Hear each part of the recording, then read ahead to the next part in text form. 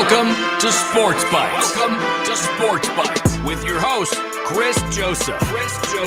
Are you a sports fanatic who loves the thrill of the game and the delicious food that accompanies it? And then they had chicken fingers, exotic chicken fingers. Join us as we dive into the world of sports and the delectable bites that make the experience even better. Whether you're in the stadium, tailgating, or watching from the comfort of your home, get ready to satisfy your sports cravings with Chris Joseph on Sports Bites. Let's dig in.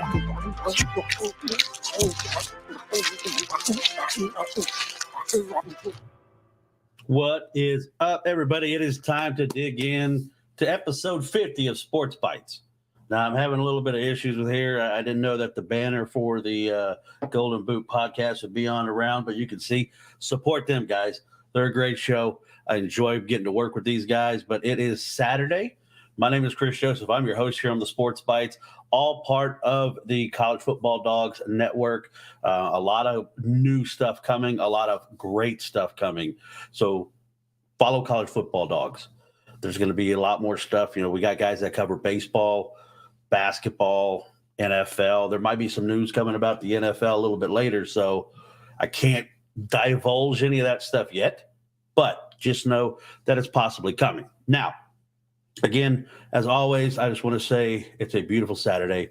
I appreciate everybody. Come on in, get people in. We're going to chat. I'm going to go over stuff. I'm going to talk about, some March Madness, the terrible refs at the Samford, Kansas game, how much I hated what I saw, especially as a former referee. Washington, we're going to talk a little bit of the NFL. There's some rumors going around about who they might be taking at pick number 2. And then, of course, might give them a 6 picks that I do. Like I said, everybody does a top 5. I do a top 6. So each week I have a category. That was my call when I was doing high school football, was give them a 6er. And so I picked 6 things. And today we're going to talk about the 6 best stadium foods. My opinion. You guys can hop in the chat. You can let us know what you think. You can tell me I'm wrong, that I'm stupid because I picked whatever I picked. I'm also going to talk about, so now leading into that, the White Sox really, and I'm a huge White Sox fan. People are like, what? I've been a White Sox fan forever. 2005 was a great year. Thank God for Scotty Podsednik and Paul Konerko, those guys. But they just showed what they have unveiled as their new food at the stadium for this year. And I'll tell you, they had to do something with the food because the product on the field sucks. The White Sox are not good. Probably going to finish last in the Central, and it's going to be a long year. But we're going to talk about their food. But, again, I got a nice little glass of some Penelope bourbon. And I know Hunter will love seeing that, but it's a good start. Penelope, it's a good brand. If you like bourbon, go check out the Penelope line. It is a range of proofs and a range of flavor profiles. Their straight bourbon is 80 proof, so that's more of like a nice sip straight whiskey. I've had the Toasted, the Barrel Proof, Architect. Haven't had any of the Rio yet, which is supposedly their best. But check out Penelope bourbon. I really like some Penelope bourbon. But we're going to get into it, man. We're going to talk about March Madness, and I love this time of year.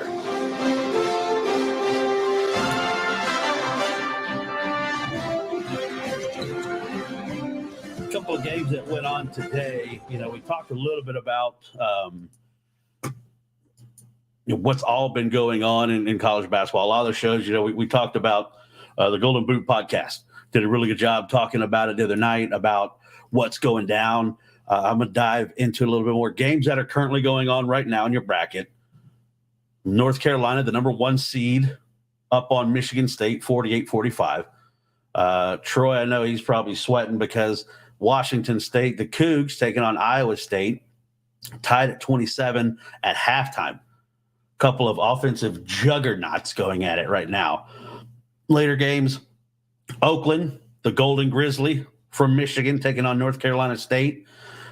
Texas, Tennessee, that's a big matchup. A lot of ugly orange in that. Duquesne and the Illini, Oregon, Creighton. Now, Creighton, I have in my championship game. I have Dougie McDermott and those guys there. Earlier today, Arizona, Dayton, it got close, but Dayton just didn't have the horses to pull away.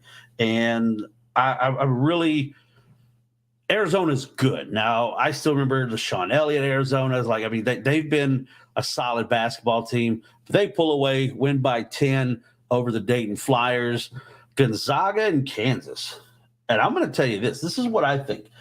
I think this game – Gonzaga absolutely mollywopped Kansas. And again, you're not making it out of the round of 32. Kentucky, Kansas. I've got Duke losing to James Madison. So, I mean, it'll be – I can't wait to see Grand Canyon play Alabama. I took Grand Canyon in the game. My first round, I was 21-11. Really the only team that I lost that hurt me a lot moving forward. Here's my bracket. The only team that I lost was I have it upside down. Was Auburn. Thanks, Auburn. You know, and I know there's a lot of Auburn fans that are not real happy with the officiating in that game. I'm going to talk about some of the officiating, what I've seen in basketball, but yeah, that's what's going on right now. North Carolina playing really, really good. So we'll get into that a lot more. But, you know, when you're talking about basketball and what we've seen so far in March Madness, there's only been one buzzer beater, really, and that was Colorado and Florida. With a great game that turned out to be. Colorado, another play-in team with a victory. But the drama hasn't been there as far as the buzzer beaters. But it's still one of my most favorite times of year. I love the first opening weekend of March Madness. Sit around, watch basketball. Everybody knows the finale of it. You know, they know it's going to be gone. You see guys like this right here. Jack Golke. Who is this guy? I mean, that's a DoorDash driver, okay? He's driving DoorDash in 2002. And here's the thing about what Jack Golke did in that game. Yes, he almost tied the record of 11 three-pointers, hit 10. When you start to hear about this guy's story, a zero-star athlete coming out of high school, no attention, went to Hillsdale there in Michigan, got an offer from Oakland. That's going to be his only offer. So he goes, and here's a guy, you want to talk about sticking to what you know. Everyone's come out, they've heard all. This year, this entire season, Golke has taken 347 three-pointers. He has only taken 8 regular field goals inside the arc. That's it. I mean, that's the guy that's like, I'm a three-point specialist. I'm going to come off a screen. But some of the shots he was putting up that, you know, if you're a coach, you're like, oh, God, okay, it went in.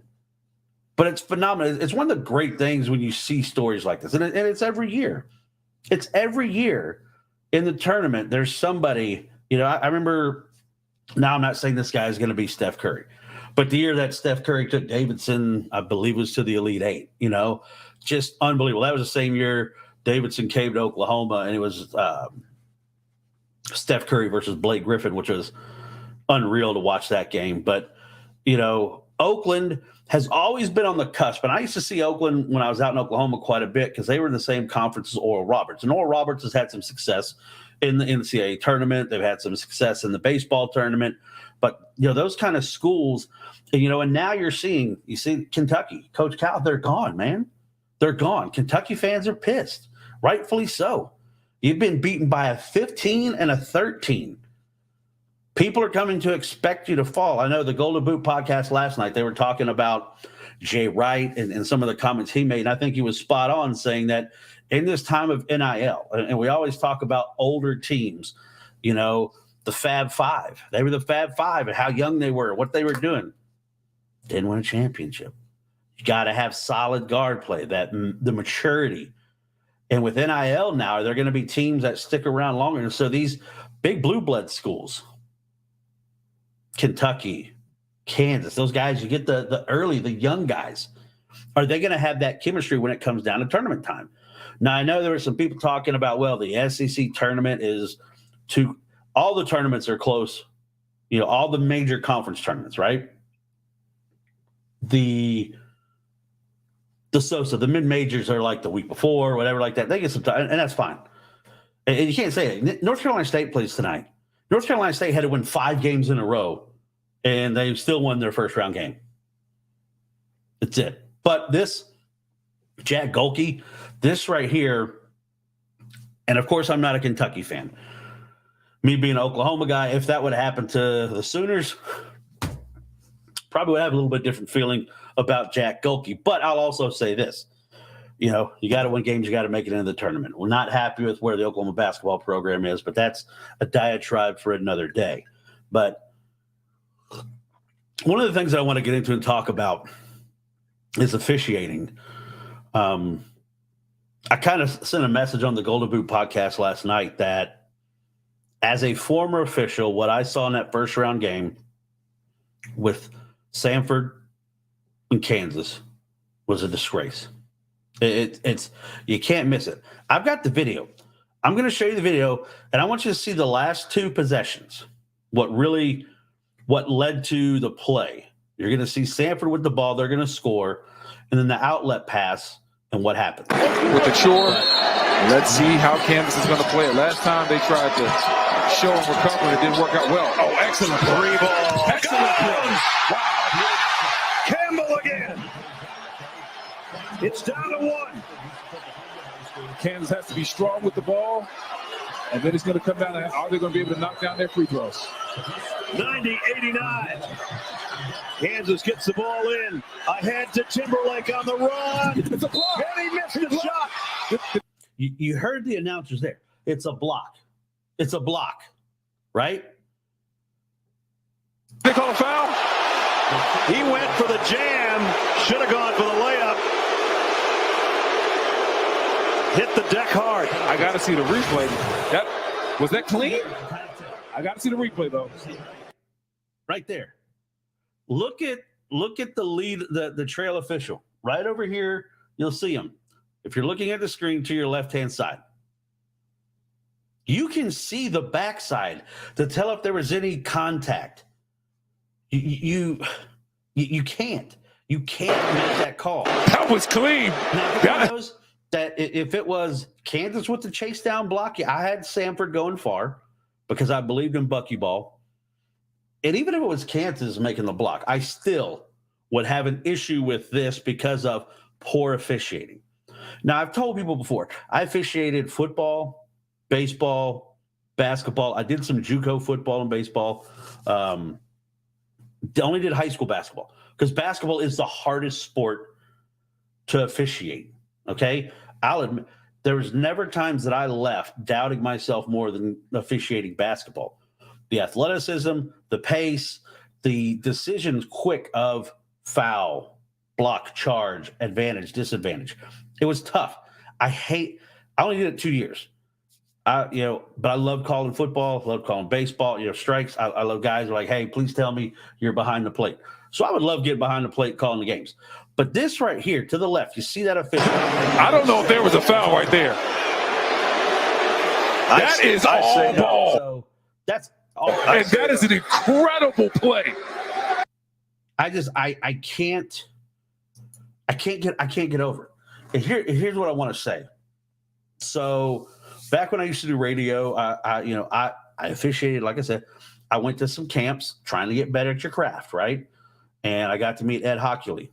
I'm going to try to get Ed on the show. Ed told a great story about refereeing a game on Monday night between the Cowboys and the Eagles. And, there's a lot of the guys in the NFL there, they have other jobs. Ed Hockley was a lawyer, so he's making a good living as a lawyer. But now this replay stuff, yes, you get graded, but now you're implementing review into college basketball. There's a lot of times now, the fluidity of the first 38 minutes is one of the things I love about college basketball. The last 2 minutes, if it's a close game, they make my ass itch. Okay. It's just like all the stops, they have reviews for anything. I don't like the fact that you can't get that right in that situation. And I don't know it's how they set them up, but I don't like the fact that you're in this big-time environment. You've got Kansas, one of the biggest blue bloods of all in basketball. Samford, the plucky upstarts, everybody knows about Bucky Ball, the hit. But what it just frustrates me that you have the ability to get this right. You have the ability to get this right, and you don't. And now, again, who knows what would have happened in the possession? There would have been 15, 16 seconds left. Would Samford have scored? Maybe. And but they did get the opportunity. And that call is so egregious that you have to get it. Okay? You have to get the call right. That's what's fair. And if you're gonna have replay, it shouldn't be limited. But I've told people this for a long time. If you look at like college football, you look at like NFL football, I think the officials have become reliant on instant replay. They know, well, if I screw up, replay is going to be there to fix it. It other than Donahue, the guy that was fixing games, I'll tell you, no official wants to cost anybody the game. Nobody goes out with the intent to screw people over. Believe me, I've been mad at refs too, but followed people around that were officiating. But what happened in that game was atrocious. Hands down, one of the worst calls I've ever seen. You can comment in the comments if you're there. If you've seen a worse now, Auburn fans, I know you're going to be upset. That call in the Final Four against Virginia, that's right up there too. Vandy Chris hopping in. Vandy Chris, how you doing, buddy? He says, what are you hearing in Birmingham about Bucky to Vandy? There's a lot of talk. He's definitely interested. I've not heard a lot yet. I literally live 3 minutes away from Samford. Beautiful campus. My son had their graduation ceremony there. I was in downtown Homewood today picking up some stuff for my wife, and there's still the Samford Bulldog banners. Now, Bucky coached at Homewood, which is the town center. So he was a local guy. When you get to that position, Vanderbilt, the SEC now, and I'm going to talk some about the SEC and kind of their ineptness so far in this NCAA tournament. But what I've seen so far, Bucky, he's not going to, I'm good at Samford. You got to capture lightning in a bottle when it happens, right? Everybody works to make money. You do a job to make money. You leave one job to another job to make more money. And then challenge yourself. So the SoCon's a great conference that Samford's in. Vanderbilt, you start to build that program up, and I think Vandy Chris and I we talked a little bit when I was on one of the Golden Boot shows about now you have Oklahoma and Texas coming in to the SEC. Texas and Tennessee play tonight.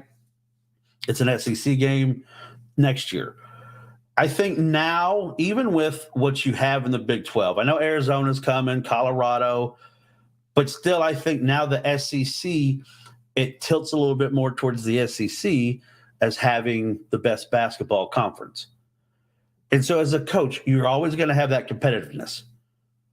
I wouldn't be surprised. I mean, if Vandy offered, Nashville's not that far from Birmingham. 3 hours tops.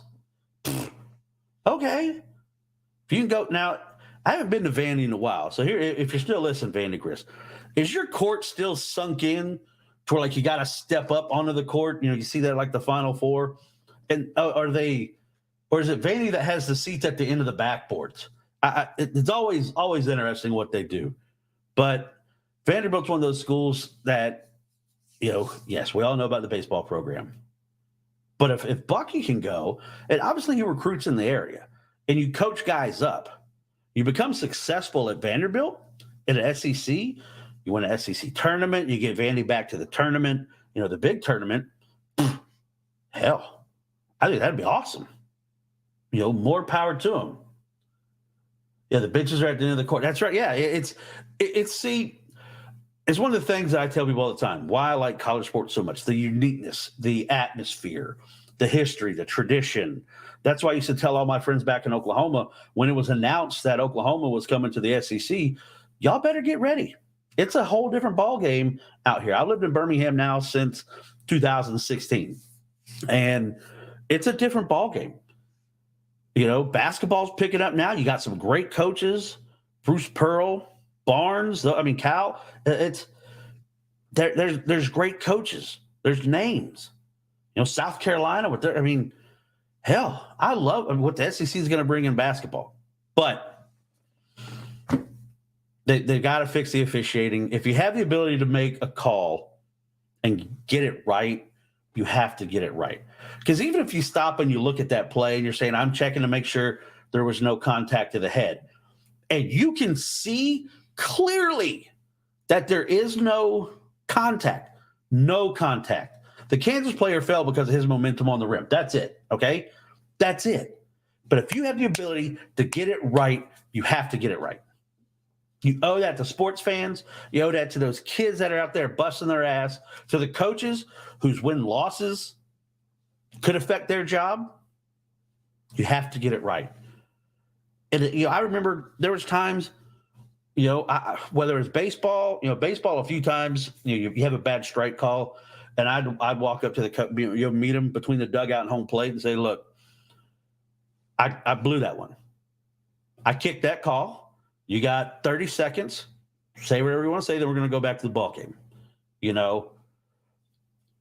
Vanny, Chris, that's a good point. How about any foul called in the last minutes gets reviewed with a 30 to 60-second time limit to look at it? I agree. If you have a protocol, I think it's a great idea, because we also know there's a lot of the grabbing at the end of the game. There's a lot of that grabbing, people putting hands on everybody. So, I'm okay with that. Yeah, it's not. I agree. See, and he said again, going to the monitor on certain replays has not affected the flow of the game. I agree 100%. And that's why I was saying early on, if you're going to have so many reviews over things that really aren't impacting the game, something like this you have to get right. And the official has to sit there and look and say, hey, man, look, he didn't touch him. Wave the foul off, give the ball to Sam. And again, would Sanford have scored? Who knows? But they would have had the opportunity. And that's what I think is the biggest thing is you got to have opportunities. And, I don't wish officiating basketball on anybody, okay? It is one of the toughest games. I hated it. I'll tell you that much. What's my paperwork, guys? But, man, you got to get it right, okay? You got to get it right. Now, we'll stick to a little bit of college talk. This news came out this week. That guy right there, it's Jayden Proctor. Young man that was heavily recruited, okay? Heavily recruited. Struggled a little bit his freshman year. Wasn't the best. Reminded me of the Cyrus Kwanjo that was at Alabama. Not able to really get the guys on the end of the line. Crucial as a tackle. It comes out, Jayden Proctor's from Iowa. And it was revealed at the end of the football season that Iowa was tampering with Jayden Proctor. There's no other way to talk about it. No ifs, ands. They were not doing a good job of hiding tampering Jayden Proctor. What I don't like, I'll say this. I'm all for a guy if you want to go transfer. Coaches have had the ability to leave and guys go to play for coaches. A lot of times it's not the school. Now you hear of kids that are like, man, I've grown up this fan. I've grown up that fan. If you're in the area, you wanted to play at this school, or maybe if you're from Texas and Texas didn't recruit you and you're going to go to A&M, you wanted to get them because they didn't recruit you. So, of course, Jayden wants to come to Alabama. He struggled. Now, and I'll tell you from the press here, there's a lot of people, you know how keyboard tough guys are. They're going to reach out to you. They're going to say what they want to say. and they're going to make things uncomfortable. So he's like, I'll go get some money and go back home. But then all of a sudden, now 2 months later, Proctor's back at Alabama. Now, this is not a shot at Iowa,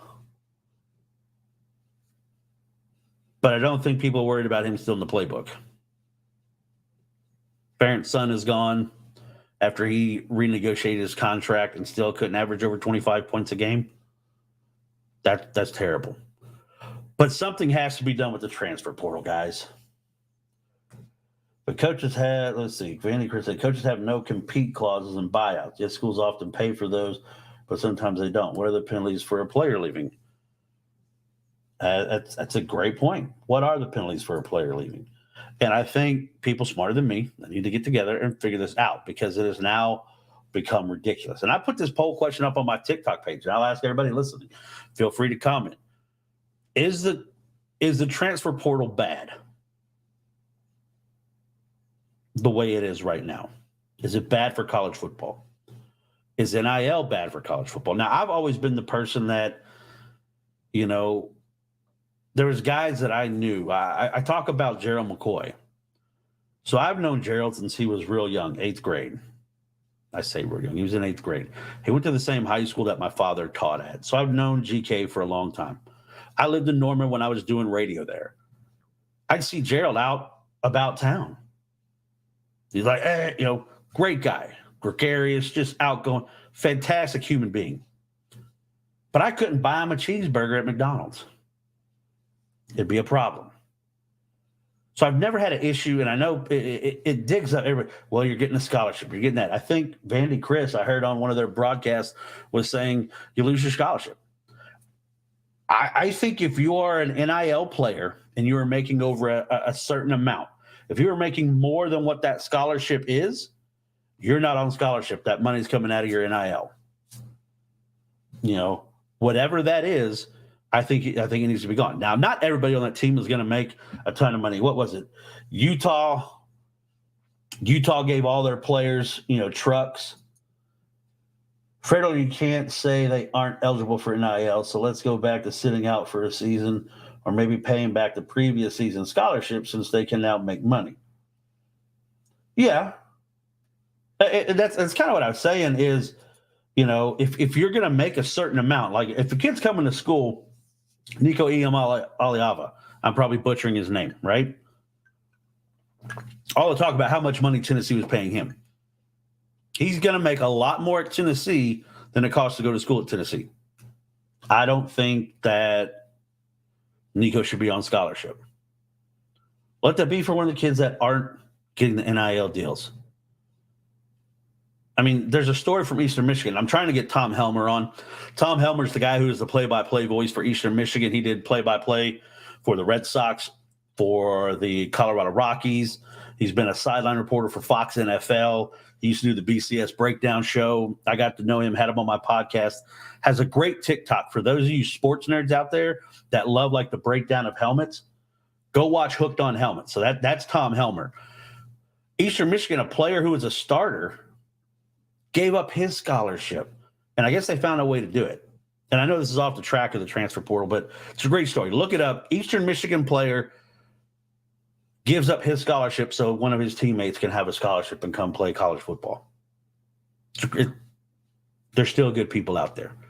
But this right here, I just – there's got to be something you could do. And I'm okay whether you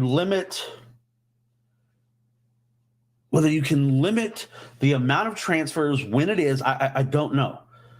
But to leave a school and to come back after 2 months, it's kind of like what they're doing. You know, I'm going to test the waters for the NBA draft and say, nope, I'm coming back. No, I think you got to have that commitment. And I thought, and I'd have to check because I don't want to, you know, speak outside my pay grade. But I thought you had to sign up for class to be there. So I don't know. I don't like this situation. I think it was terrible. Caden Proctor, you know, a talented young man. I mean, has a lot of potential, you know, for what he's going to do in the future. Right now, it's just this is what you're talking about. Is Caden Proctor going back and forth? Now, we saw against Texas, struggle bus. South Florida, struggle bus. There were still some times, that left side of the line wasn't good. Luckily, they had a guy like Jalen Milroe who could actually get out of the pocket and be a threat. Because you saw Buckner when he came, whatever, from Notre Dame. Bro, you lost to Marshall. You lost to Marshall at Notre Dame. Now, yeah, there's not a lot of Notre Dame fans out there. Notre Dame, the Irish, go whatever. But when you're a quarterback at Notre Dame and you lose to Marshall in South Bend in front of touchdown Jesus, Alabama thinks he's going to – no, get out of here with that. That's not going to happen. Not going to happen at all.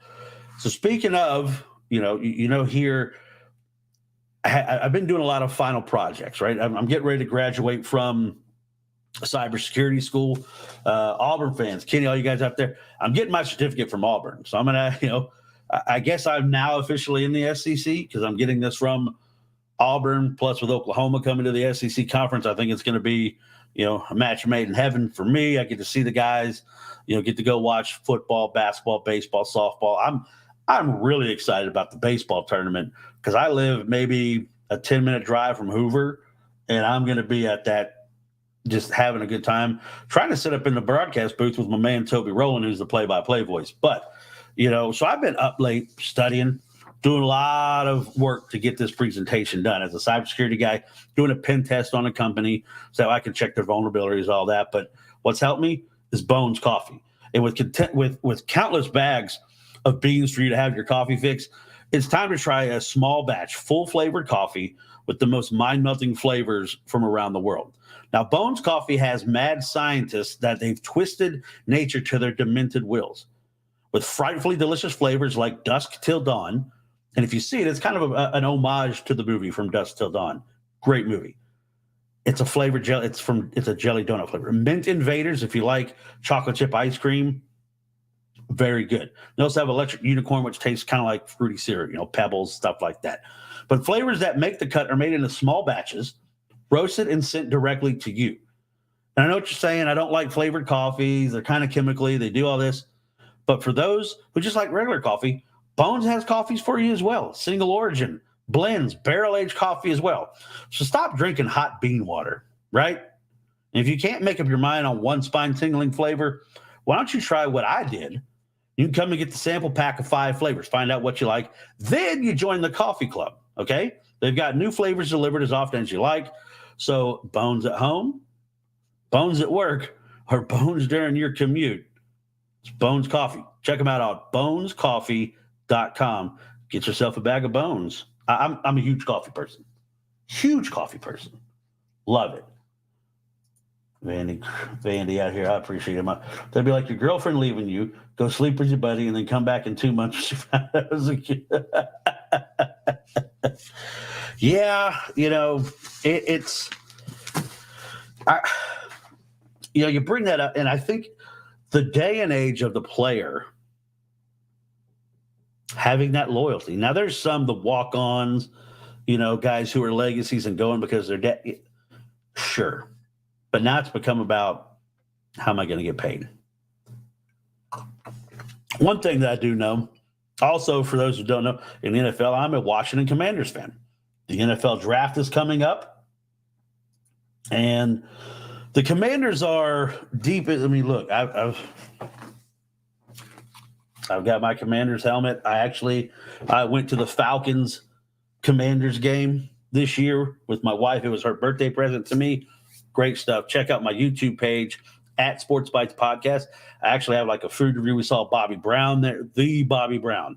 Now, Bobby's a little bit big, a little bit soft in the midsection, but he was still getting it. But I've been praying for Daniel Snyder to leave. So Daniel Snyder's gone. New regime. We talked about Bobby Wagner, Eckler, these guys that are coming in, and now there's reports that Washington is looking at taking Jayden Daniels at number 2. The thing that worries me about Jayden Daniels, do I think he's talented? Yes.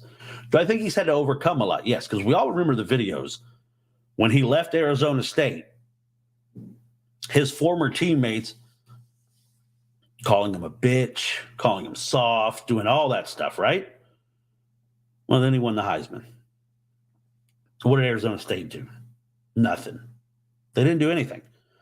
The thing that bothered me is, when you watch LSU and you watch Jayden, very fleet of foot. But how many times did he get blown up? Like Sergeant Hulka from Stripes. He got blown up. As a Washington fan, I've already seen that movie. His name is RG3. And I think RG3, if I can remember correctly, was a little bit bigger than Jayden Daniels was coming out of college. But now there's reports out there that Jayden is up to about 220. And I'll tell you this. If he's up to 220, has a little bit of size to him, I'm okay with it. Washington has targets. You have Jahan Doxson. You have Terry McLaurin. Now you bring in Ertz to replace Logan Thomas, who you let go. Eckler is going to be a complimentary back. Maybe, who knows, the mix-up of them and Brian Robinson. There's a lot of talent on this team. Crowder's back. And the question is, here's another van. Will he eat a Mexican burger in the processed jalapenos and pepper jack cheese envelope and a savory meat topped with very, very good. Very good. But hey, hang on. I've got some food talk for you, Vandy. But so here he is, Heisman Trophy winner. And Washington has had a terrible run at quarterbacks. I mean, you go back to, Schuler, Gus Frerotte, and all those guys. And like I said, I've been a Washington fan my whole life. The 80s and the early 90s were great. It's been painful. But if they take Jayden Daniels, I'm okay. I'm okay with it, because I'll say this: if they took Drake May, you already had Drake May. That was Sam Howell. Literally, same school. You had Drake May. I believed in Sam. I was hoping that Washington would do something to get Joe Alt, or maybe they were going to use some of their picks, because I know they still have, I think now they have 8 in the top 100, the first 100 picks. Washington will have 8 picks. They've signed a bunch of people in free agency, but they need a quarterback. Now, they did sign Marcus Mariota, and they come out, he's going to wear 0. And if I had to, if they picked Jayden Daniels, right? Now, I heard they also went out and had dinner with J.J. McCarthy. I don't know. You won the national championship, but I didn't see enough of you, if that makes sense. Not to knock you too bad, JJ. I don't know if you're an NFL quarterback. I don't know. And we could be wrong about Jayden. We could be wrong about Caleb. Who knows? Now, I don't know who it was. Somebody came out. I was going to write it down. I lost it. But one of the Bears players came out about Caleb Williams and said, hey, you can check that Hollywood at the door. You're going to have to prove yourself. Okay. But here we go. What do you guys think? Is Washington going to take Jayden Daniels at number 2? Do they take somebody else? Do they try and trade back? They need a quarterback now. Since they trade Sam Howell, they need a quarterback now. Marcus Mariota is not going to be the starter. God, at least I hope not. That would make me sad. And I like Marcus. I just don't think he's a starter in the NFL right now, or else he'd have been starting some other places. Just not good. But I'm hoping Washington does something really good in the draft. I need another swig of my bourbon. You see, it's got the OU logo on it. Again, try some Penelope bourbon. If you like a good bourbon, that's really, really good. So I mentioned earlier, I'm a White Sox guy. And never was a starter. Marcus is way too frail for the NFL. I agree. And there's something I don't like. If you watch the quarterback show on Netflix, the way he left Atlanta. Just something about that didn't set well with me, with how he left Atlanta. But yeah, everybody has their reasons. You gotta check in for, you got to be able to do what you want to do. He left. Desmond Ridder, not that guy. You're not that guy. Not today, you're not. But we all know here on Sports Bites, obviously I've got my bourbon. On Sports Bites, we talk a lot about sports. We talk a lot about food.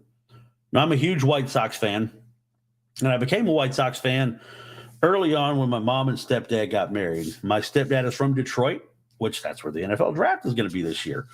And Detroit and the White Sox played again. One of the first baseball games I watched, we watched together. It was early. I think it was 1985, opening week of the baseball season. Of course, the 85 Tigers team, Lance Parrish, just Lou Whitaker, Alan Trammell, just great baseball players, okay? And White Sox still had Carlton Fisk. They still had Pudge playing catcher back in 1985. And we go to watch the game, and I'm like, you know what? I'm going to pull for the White Sox because I was going to be an asshole. It's stepdad. I'm going against my stepdad. Jack Morris pitched a no-hitter for the Tigers against the White Sox. And I stuck with them. Then, of course, they make the change to the black and white. I love it. Now I'm in Birmingham. That's the home of the AA affiliate for the White Sox. So I get to see some – wasn't Joey Cora on the Tigers at that time as well? I don't know if he was 85. I thought Joey was a little bit later because shortstop was Lou Whitaker. I mix it up. Alan Trammell and Sweet Lou kind of went back and I'm probably wrong. I don't think Joey Cora was there at that time. He might have been at the University of Miami at that time, but I could be wrong. It's happened before. It's going to happen again. But everybody knows when I go to games, when I go to stadiums, when I have guests on, I talk about where's the best places you've had to eat.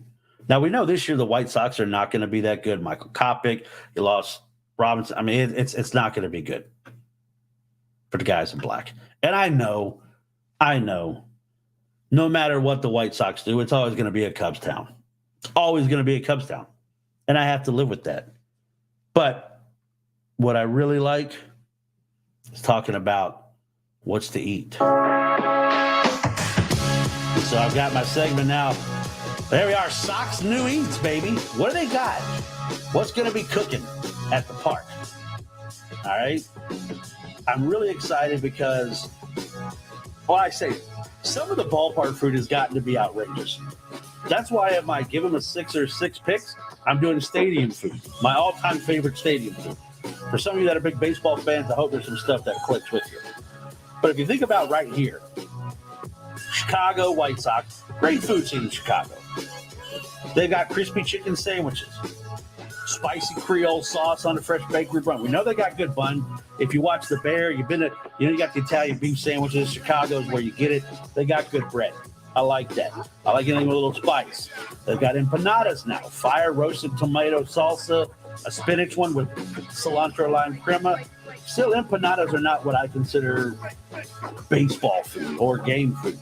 Now for the adults, there's a Jack and Coke float. I've never been one to do dairy and alcohol, the cement mixers, stuff like that. I've never been able to do alcohol with dairy. But velvety vanilla ice cream topped with Jack Daniels, Tennessee whiskey, and Coke. Now, I know they're doing all this stuff to be healthy. The Impossible hot dog. No. Get that the hell out of there. Plant-based hot. No. It's, what was it? The Great Outdoors. Chevy Chase, Dan Aykroyd. Yeah, you know what they're made out of? Not Chevy Chase. It was Tom King. What what those are made out of? Lips and assholes. That's what but not an Impossible hot dog. Not an Impossible hot dog. The Impossible burger. I've tried one. Feels like I'm out. Now, bratwurst and Italian sausages. They got some big brats and Italian sausages. I meant quarter-pound brats and sausages. real ingredients to ensure the highest quality of flavors. I love it. Now, the Smokehouse Smash Burger, okay? I really enjoyed the Smokehouse Smash Burger. It's a smash burger with a barbecue sauce, beer cheese, and onion ring. Right there. All right? Club level restaurants. You can get it set up in the club level. They've got chicken quesadillas. They got smash burgers, chimichurri steak sandwiches. Ooh, yes. Bagel and lox. See, now this is where you go. Who's going to a baseball game and wants bagel and lox deviled eggs? You already don't want to go to the bathroom, but now you're loading fart nuggets with bagels and lox and deviled eggs. And I love salmon, but I'm not, no. And in here, tomato and cucumber salad. Keep salads away from games. That's going to be my no salads at games. I'm sorry. Salad is not a stadium food. Keep it the hell away from whatever stadium they're at. Now, the thing that interested me when I was reading this article, they have something called the walking stick. Now, if you've seen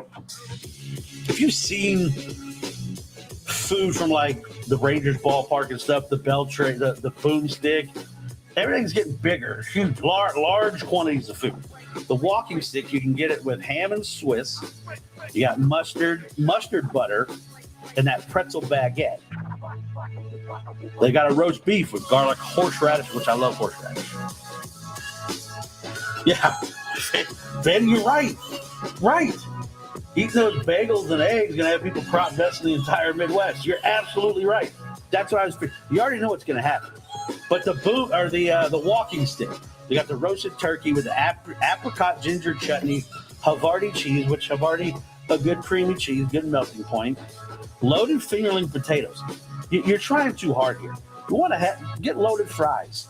Do potato skins, but not loaded fingerling potatoes. Fuck out of here. Huntington Bake Stadium, they have the campfire milkshake. Now, this looks awesome. It's a milkshake with roasted marshmallows, graham crackers. The foul ball, it's a turkey sandwich. The home run, Vienna corned beef, roast beef coleslaw, Swiss cheese on pumpernickel. Pumpernickel used to be a punishment, but I like it now. Settling a beef, the rumpernickel. So it's a roast beef, sliced tomato, Vidalia onions, creamy garlic, Munster cheese, and toasted pumpernickel. We'll get to that in just a second. The Michigan Avenue, a roast beef, turkey breast, Munster cheese, Vidalia onion, rye bread, sides. You got all the sides. But that's what they're doing now. You're going with these crazy food concoctions. Vandy says, would loaded totally potatoes be better than fingerling? And I didn't say fingerling. I said fingerling. I-N-G. I don't want anything named toes around my food. I don't want it. You can keep that stuff. You can keep it. I'm out. But and this is what I like to do too. During my shows, I'm going to talk about what to eat. Vandy Chris popped up. Vanderbilt baseball has queso barbecue nachos. As for the extra cheese, a little pricey at $12 for nachos, but so good. I think you're going to might give them a 6 picks because of what I have lined up for my top foods. Here's the snap. Look, swing play to Payne. He's looking to the 10, cuts outside, 5. Touchdown, give him a 6er, Brian Payne. Peyton Gavris looking for a pass down the far side. Caught, touchdown, Corbin Cleveland. Give him a 6er. Yeah, that was me calling high school ball. My call sign, my tagline was give him a 6er. Students printed up T-shirts, had a lot of fun with it. But now I'm doing, and if you're a baseball fan, let me know. Let me know if I'm missing one. Let me know if I got anything wrong. But this was my list of the top 6 stadium foods. Usually it's baseball, stuff like that. But my top 6 stadium foods. Number 6, peanuts. You go to a baseball game, you get a bag of peanuts and a cold beer, to watch this. Loved it. I grew up on peanuts at a baseball game. It's cliche because it's in the song. Buy me some peanuts and cracker. Eating some peanuts at a baseball game, For me, it's where it's at. You can keep all this fancy stuff. No. I'm here for what's on this list. So number 6, I got peanuts. What do I have for number 5? The big soft pretzel. Oh, yeah. A lot of salt. And you got to get that cup of cheese product that's been melted. Looks like you could spackle together or Bondo a car, but that soft pretzel with the salt all over it, it made everything worthwhile. And the bigger, the better. Like, don't give me one of these little, and you see them, they squirt water on it and then put it in this. No, I want one of the big pretzels, as big as your head. Maybe a little bit of beer cheese, some mustard you could chew. That's what I want. Not, I'll take the cheese, but give me like mustard I got to chew. Something good. So number 5, I got the soft pretzels. My number 4, stadium food. All-time stadium food. The hot dog. And I say this, I know there's going to be a lot of people like, hey, I go to the game, I get a dog and a beer. I get it. Now they're going so crazy with these massive hot dogs and putting everything. Like Chicago dogs are gross. The pickle and no. Now, when I was in Oklahoma City, the minor league team there was a AAA affiliate for the Dodgers. Oklahoma City, it was great when Clayton Kershaw was doing rehab assignments. Yasiel Puig, those guys would come down. You'd want to go watch the game. They would actually fly in Dodger dogs. And they would sell, because they're a Dodgers organization, they would sell the Dodger dog. I still would like to go get a Fenway Frank, sit on the Green Munster, have a lobster roll in a Sam Adams and enjoy myself. Never been to that stadium. But number 4 for me is just your good, plain, old-fashioned stadium hot dog. Maybe it's in like that kind of aluminum foil wrap. You get some mustard, maybe some relish, ketchup. You can keep – why are you going to sit in the stands and eat this sloppy meat? I mean, now you've got these – it's intrusive. You're coming up – the boomstick was a 2.5-foot long hot dog. No.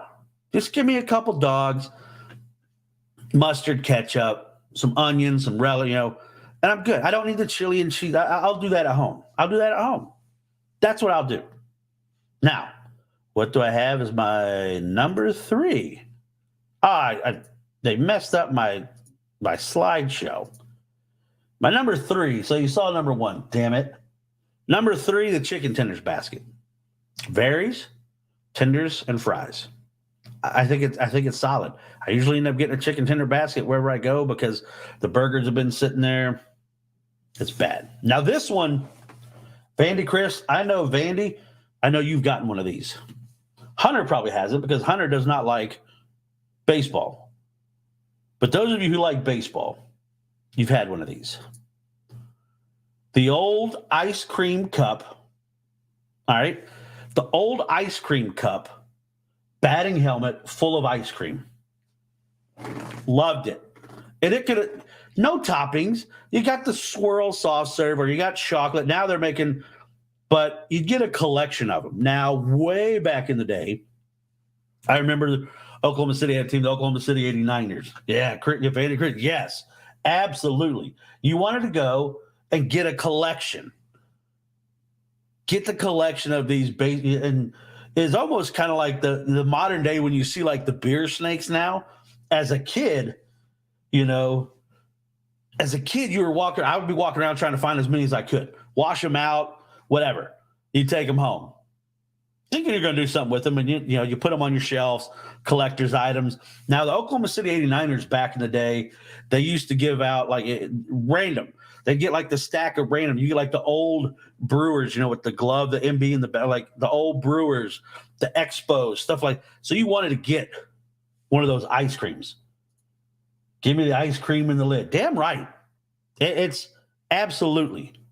It was classic. It's nostalgia. Now I've seen where they actually have a batting helmet, the full size, 8 3/8, massive cranium, full of like an ice cream sundae. Hence diabetes. Just give me the cup. Just give me the mini helmet with ice cream. Maybe give me an option of like some chocolate syrup or caramel or whatever. I don't need the whipped cream and the big, the whole big. Just give me the soft serve. in the baseball helmet. It's a race against time. You're having to eat it before it melts because usually when you're at a baseball game, it's in the summer, right? So you got to eat it quick. You usually get a brain freeze.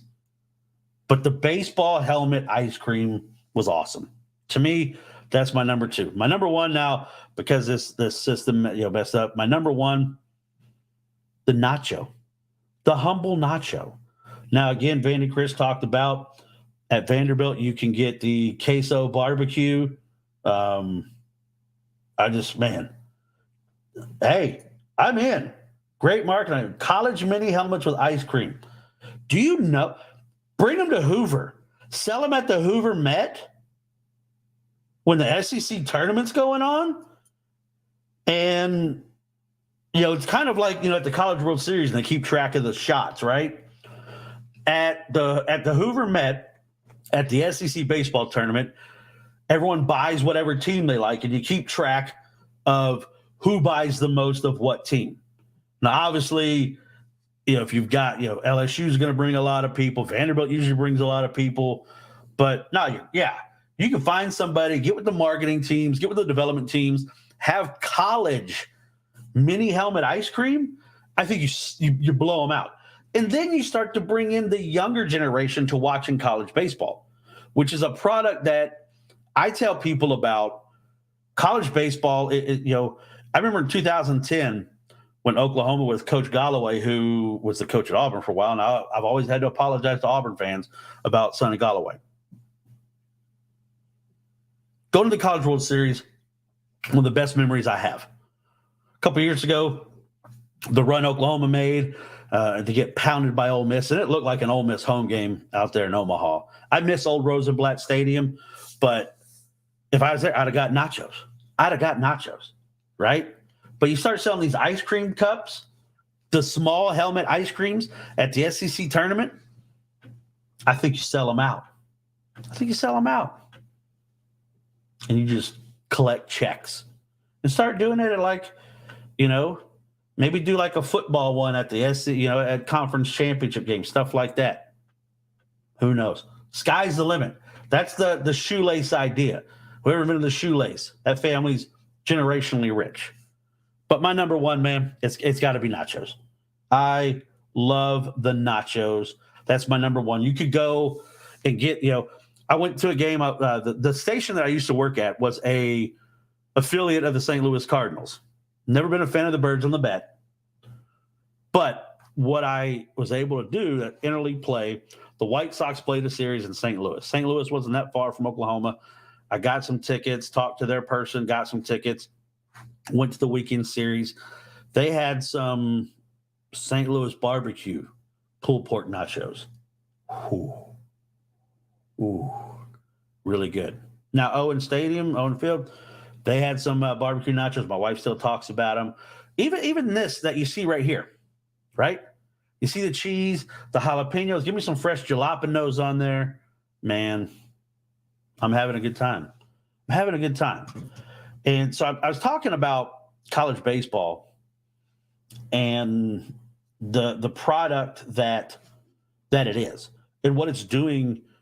And I think, Vandy Chris, when you're saying that, let's bring in these ice cream helmets, I think you can bring that younger generation in, because what's happening now, you can kind of see it. And I have to double check my numbers and find out where not many baseball stadiums are going through a bunch of major renovations. Now, I've told people coming into next year, Oklahoma probably has the worst facilities in the SEC, right?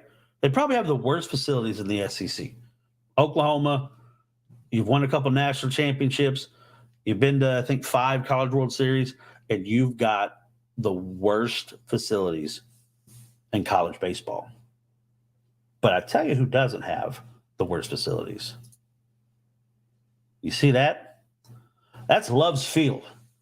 Patty Gasso's Palace, the back-to-back national champions, the juggernaut of Oklahoma softball, except when they play the Louisiana Raging Cajuns. But Patty deserved this. Now, I tell people I have an affinity for college softball. 2013, I got to call games for the University of Oklahoma the year that they beat Tennessee for a national championship. And I got to know Patty. I got to know JT. And I went down. I remember the road trip when we went down to Texas to play in Austin, and that's a bus ride. The softball girls they were so much fun. Lauren Chamberlain, they're watching movies. It's a ball. It was a good time. But you see now, and I tell people this is what's crazy. Believe me or not, the first opening weekend, see those bleacher seats out there? There was bleacher seats going for $2,000. $2,000. Now, Oklahoma just played yesterday at Hall of Fame Stadium, played against Baylor. Vandy Chris, you're absolutely right. You were absolutely right. It is a phenomenal, and it's on campus. I love being an Oklahoma guy. I love the scoreboard. It's the shape of the state of Oklahoma. You got the balls and strikes on the panhandle. Now, it's funny because I saw an interview with Joe Castiglione, who is the athletic director of the University of Oklahoma. And he laughed and said, we got enough flagpoles to cover the amount of teams that are going to be in the SEC. So it's good. But, what they've done and what they've done to the game of softball, think about that. There was people who paid, and I still got a lot of friends. I got some family out there. There was people paying $600 for standing room only tickets to watch college softball. And I don't mean that like, oh, my God. I love the game of college softball. Loved it. I loved calling it. I love being around it. The Women's College World Series is always one of the best events that I used to go to. Loved it. There's always one day that a tornado's close. It's crazy. But that's what the softball stadium is. And rightfully so. 7 national championships for Patty Gasso. They had almost an 80-game winning streak. It's unreal. And they just keep reloading. They just had another walk-off against Baylor's, a top 25 team, hit a grand slam walk-off on them, a freshman. So it's what they do. It's crazy to think. But Vandy Chris, you're absolutely right. Why don't they do that for OU baseball? And a couple years ago, when Skip made that run and you beat Florida, you beat Notre Dame, you beat Virginia Tech, you make it to you beat A&M, you make it to the College World Series, and there you go, man. Yeah. See, now, and I'm going to tell you a story about Auburn, man. So, softball, women's basketball on the rise. Auburn versus Oklahoma in the World Series. That was a fantastic series. Now, what upsets me about that, so the guy who was the coach for Auburn at that time, and now his name's slipping he was the coach at Arizona State when they had Dallas Escobita and those guys. When he came to Auburn and turned Auburn around, I think it was within 2 years he had them in the College World Series. And that was a great series. An absolutely great series. But, Auburn's coming. But that series, Auburn-Oklahoma, was fantastic. I enjoyed every bit of that. Well, think about women's basketball. It's what Matthew said. Basketball, how many people were watching the women's basketball? And if they have a matchup of, Caitlin Clark against South Carolina, against LSU, the numbers are going to be ridiculous. They're going to be ridiculous. I was watching some of the women's tournament today, watching Coach Baranchik at Oklahoma. They were struggling against Florida Gulf Coast. They pulled it out and won. Rice gave LSU all they wanted. And Kim Mulkey, how do I want to say this? Kim Mulkey is a person that I'm not quite fond of, okay? When she used to be the coach at Baylor, with Brittany Griner and those there was always something about her that I was not excited about. Just the kind of person she was. Now, was she a bulldog, tenacious player when she was at Lost? Yes. She's that same way as a coach, and it was funny because her and Sherry Cole, they dressed from the shoes up. They'd have the 6-inch Louboutins. There was a couple times I thought Kim Mulkey was going to puncture the floor with her heels. She starts snapping, crowing like a banty rooster out there. Caitlin Clark and Angel Reese propelled the WNBA to stardom. They've been demanding not the same money, but it'll come soon. I don't know if it will, but again, here's what I like about, for me, and I'm a father. I've got 4 kids, right? Kim Mulkey dresses like the Batman, right? It's almost like Scottish cuisine. It's like her apparel is a dare. So I don't know. Fan Chris, Kim Mulkey, just shut up. No reason to go off about an article that isn't even written yet. You know it's going to be bad if you're trying to get ahead of it. So here, yeah, and I'm glad you brought that up, Vandy Chris, because Kim Mulkey is threatening suit. Now, apparently this has been a deep diving piece that is taking, and credit to whoever's writing the article. They're doing their due diligence, because I believe in getting it right, not being the first one to report about it. And from my experience, I saw guys try to be the first in reporting things, and you end up getting in trouble because you don't check your facts. You don't check your sources. Next thing you know, what you said happened didn't happen. Uncredible. You lose all credibility. Kim Mulkey thought ahead. Now, I'm not a fan of Kim Mulkey. And like I said, the guy that I used to love when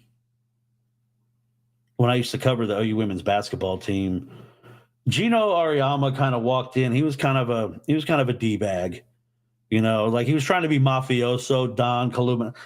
You're not that. You're not that guy. Gary Blair, who was at A&M, Gary Blair was phenomenal. I loved Gary Blair. He was at A&M.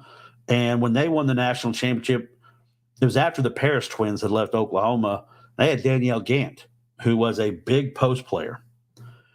And someone asked him about Gant's play, and he said, after having to deal with the Paris twins, hell, it's my turn. And I love Gary Blair. Gary Blair is one of those guys that was always fun. Kim Mulkey, hated dealing with her. Brittany Griner, I'll tell you this much. If you were in the press conference room and you close your eyes, you wouldn't know that's a woman. And I don't mean that being derogatory, but you wouldn't know that was a woman. She scared me. She was as tall. She was as tall as some of the biggest basketball players I'd ever seen. Props to Gino for pumping up Jack State's coach today. Classy thing for him to do. Like him or not, he's always trying to grow the game. I agree.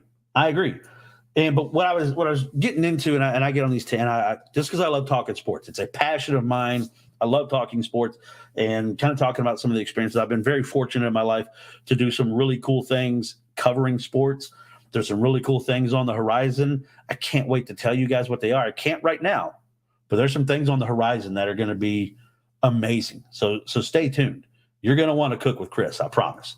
Now, what college softball is doing, the popularity of the broadcast. It's on national TV, not ESPN, the Ocho anymore. It's all over. Women's basketball. Now you've got, Dawn Staley, who was one of the pioneers when she was playing. And you've got these girls like Angel Reese and Van Lith and all them that are making NIL and making it cool. Now, how many young women start playing sports? Getting off the computer, not playing Fortnite, going out and getting into sports. Now, I hope they do it the correct way and don't play at a place where they don't keep score and everybody gets a trophy. I think kids need to learn, not early on. If you're 6, 7, it don't matter. But get into a competitive state. And I think what college softball has done, I think what women's basketball has done, it's bringing a lot more younger women to realize it's cool to play sports. You can do it now. And I hope, Matthew said, that Angel Reese and Caitlin Clark, they could be the shot in the arm, that they thought that a Diana Taurasi was going to be, that Deladonna was going to be. That just, it didn't. It didn't. But maybe because of the marketing of Angel Reese and Caitlin Clark and them in college basketball, maybe that will be the shot in the arm that women's basketball needs. And I'm going to tell you what, they can play. And they'll throw fists. We all saw LSU. They'll throw fists. They don't care. They don't care.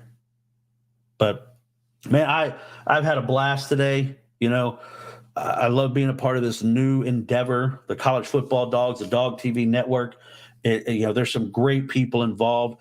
There's a lot of collaborations coming up. And I really think that there's some big things on the horizon. I think with good leadership, you got some really talented people that love sports and have a passion for it and want to do a good job. Like Vanny Chris, he's part of the Golden Boot podcast, man. Watch Georgia; they do a great job. If you're a football fan, we've got a group of guys that covers the Cleveland Browns. So I mean, it's all over. We just signed a guy that's going to do the Dallas Cowboys. A guy who's on the Golden Boot podcast. He's now the beat writer for UAB, Cody. So I'm here for it. If you like sports talk, stay tuned. All right, that's all I'm going to tell you. Watch Draft Talk. That's right, man. Yeah, the draft is coming up. Go back and click on YouTube. Find when they did the mock draft, when the Draft Dogs did a mock draft. The time and everything put into the overlay, outstanding. Dominic, Colin, those guys, fantastic job. If you like Draft Talk, and that's what I like about what we do here at the Dogs Network, is there's something for everybody.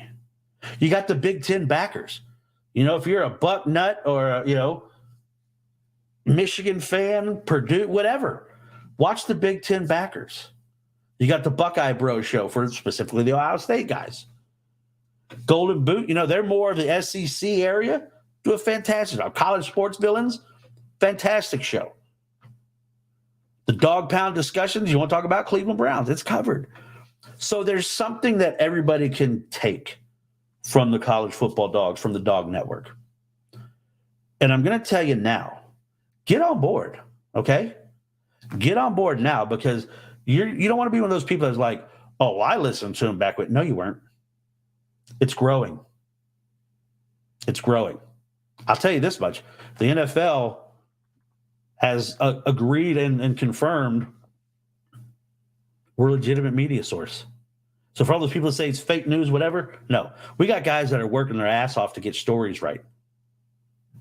They do a good job. There's articles every day. Stuff you can read real quick. They're not, it's not like you're going to read War and Peace. You want a quick little update? Snead got traded to the Titans. Go check out that article. Share it around. These podcasts, listen to them, share them. Find the one that you like. There's podcasts out there for whatever you like. Now, I know people talk about Tim Bailey, who's on this network. People give him a hard time for being an Oklahoma homer. They've said I'm more of an Oklahoma realist. If you like Oklahoma, what I'm gonna talk about. I got some connections. I'm trying to get Barry Switzer on. I'm trying to get Teddy Lehman, my former co-host, Butkus Award winner, All-American, a guy I think should be in the College Football Hall of Fame. He has the stats to do it. Played on that defense when Oklahoma actually played defense back in the early 2000s. Drunk draft coming soon. Bisco and Kenny, the Eagle, go live as well. Yeah. Don't forget about the Bisco Beef show. The GOAT Oklahoma show. I appreciate that. I learned a lot sitting in the press box. And so with March Madness coming up, let me tell you a little story, okay? If you got your little sipping whiskey. So Chris used to be one of those fans that you see, all right, that would – now, we didn't have flat screen TVs back when I was growing up. We had those big tube TVs. They were heavy as shit. You'd have to ask like 8 guys to come over to help move it. But I remember I was at a church camp. This was in 1990. And so I'm at this church camp. And it was mainly to meet girls. I'll be honest. There were some cute girls that went there. But this was during March Madness time, spring break, right? And that was the year in 1990, the University of Oklahoma was a number 1 seed. Smokey McCovery, guys like that. They win the first round game. This was back when they used to play on campuses. So Oklahoma drew the Austin Regional. You already hate it because you're playing in Texas around that ugly-ass burnt orange. Play in North Carolina. Rick Fox, those guys. Hey, man, watch it. Cujo at a church camp. Well, when you hear this story, you'll know why I was not asked back. So, Oklahoma plays North Carolina, the 1 versus 8 matchup in Austin. And Oklahoma had, I think Oklahoma had a 1-point lead. This is one of those buzzer beaters. Oklahoma had a 1-point lead. North Carolina is inbound the ball underneath Oklahoma's goal. Quick play, excuse me, almost like what you saw in the Kansas-Samford highlight. And Rick Fox makes a cut, quick little bunny. Time expires, buzzer beater, North Carolina wins. So I'm in this room while people are out doing activities, and I'm listening to it all. One of those, the alarm clock that pissed everybody off growing up, looked like it was fake wood, had the red numbers on it. No, that wasn't Wayman's team. Wayman was before that because Wayman never made it to a national championship because in 1988, when they played for the national championship, that was Mookie Blaylock, Stacey King, Harvey Grant, Ricky Grace, Jason Skrzyński, those guys. And that was after Wayman, and it was sad. Wayman, God rest his soul, became a great jazz musician. But so I'm in this room, this dormitory room, and I'm listening to the game. And I'm like, this is the year because of the heartbreak of 88, losing to Kansas and Danny Manning in the championship game. I hear this shot go in. I grab the alarm clock and throw it as hard as I possibly can up against the wall. It shatters just all over the place. Then I proceed to go on an F-bomb tirade that would have made Dennis Leary and Samuel L. Jackson blush. Now, mind you, 1990, I'm a freshman in high school, so I'm, 14, 15, at a church camp. And it's just, you beep, beep, just like Chevy Chase on Christmas Vacation. Hallelujah, holy shit. Where's the Tylenol? But there was a lot of F-bombs involved. Chris was not welcome back to church camp. I think I turned out all right, though. And I probably didn't like going to that church camp that much because it was in Stillwater, the home of Oklahoma State. You drive till you smell it. You stop when you step in it. That's Stillwater. You got Mullet Man, Gundy out there. But, guys, again, keep your eye on the college football dogs. The Dog Network. Coming soon, we're going to have the Dog Network TV live shows all over the place. Coming up this year for college football, I think we're going to have guys live at games doing, game day shows. It's going to be a lot of fun. If you like college football, if you like sports, jump on board.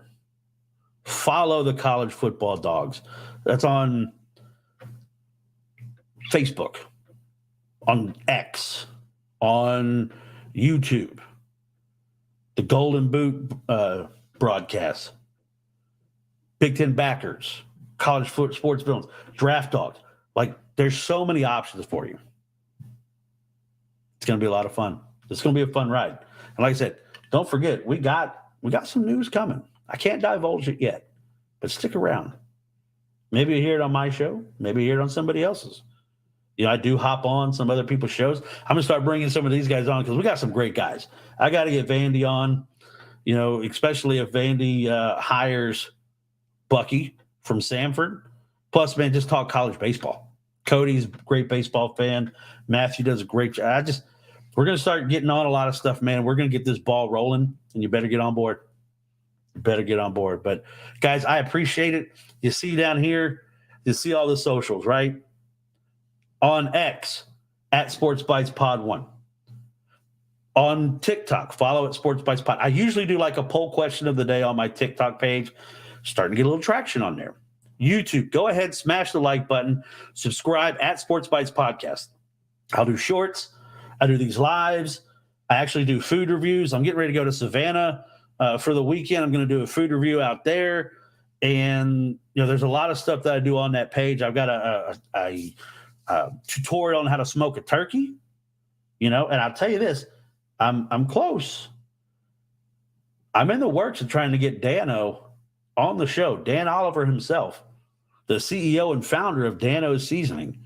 I've been in communication with the marketing director, and he was at a trade show. Going to have some bananas in Savannah. Now, okay, I know it's like squirrel. Get up. Baseball fans, do you like the Savannah Bananas? I think it is, again, a great thing for baseball. So many people bitch about baseball. And I always said, people say, I hate baseball. It's too slow. Simple minds don't like baseball. It's a thinking man's game. But I love what the Savannah Bananas are doing. The greatest show on earth. They sell out everywhere. Everywhere. The story is great. Go check out the story. It's great. I mean, Rickwood Field here. I can't wait for Rickwood Field. They're having the Giants and the Cardinals. I'm trying some way to finagle some tickets to see the Giants and the Cardinals play here in Birmingham at legendary Rickwood Field. Can't wait. But guys, that's going to do it for me tonight. Again, thank you so much. For everybody that hopped in on the chat, thank you. If you've seen this podcast, share it. If you see anybody from the College Football Dogs, the Dog Football Network, share it, like it, subscribe. We're going to have a lot of fun. We're going to talk a lot of sports. We're going to have a little bourbon. And I'm going to talk a lot about food. And like I said, if I get Dano's on, yum, yum, get you some. They're sponsors. Come on in. Let's do it. But guys, thank you so much. Have a great weekend. Hope your bracket's doing all right. Mine will probably end up being in a bird cage really soon. And that's sad. But that's why I don't put money on any of that stuff anymore. I used to. We'll talk about that another time. Guys, have a great weekend. Well, I will see you next week. And remember to always positively move forward. Thanks for joining us on this delicious journey through the world of sports and food on Sports Bites with your host, Chris Joseph. We hope you've enjoyed the game day stories and culinary adventures. Don't forget to hit that subscribe button. And if you've got any mouth-watering sports-related tales or favorite game day recipes, share them with us on social media. Until next time, remember, it's not just about the game. It's about the bites that make it unforgettable. Stay hungry for more Sports Bites.